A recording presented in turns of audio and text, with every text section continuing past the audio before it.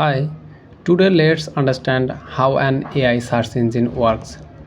Traditional AI search engine mainly match your keywords with website title, content, backlink and other SEO signal. But AI search engine work differently.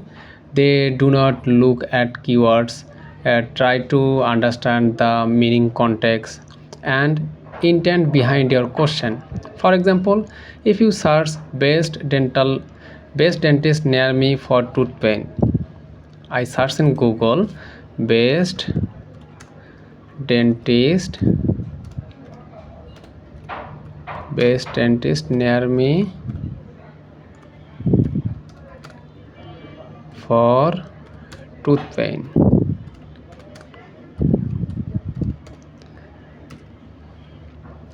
Best dentist near me for tooth pain. I search in Google.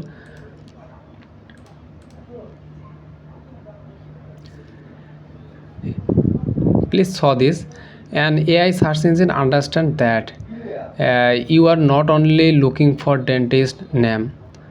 You may need a nearby clinic, good reviews, emergency availability, and treatment for tooth pain.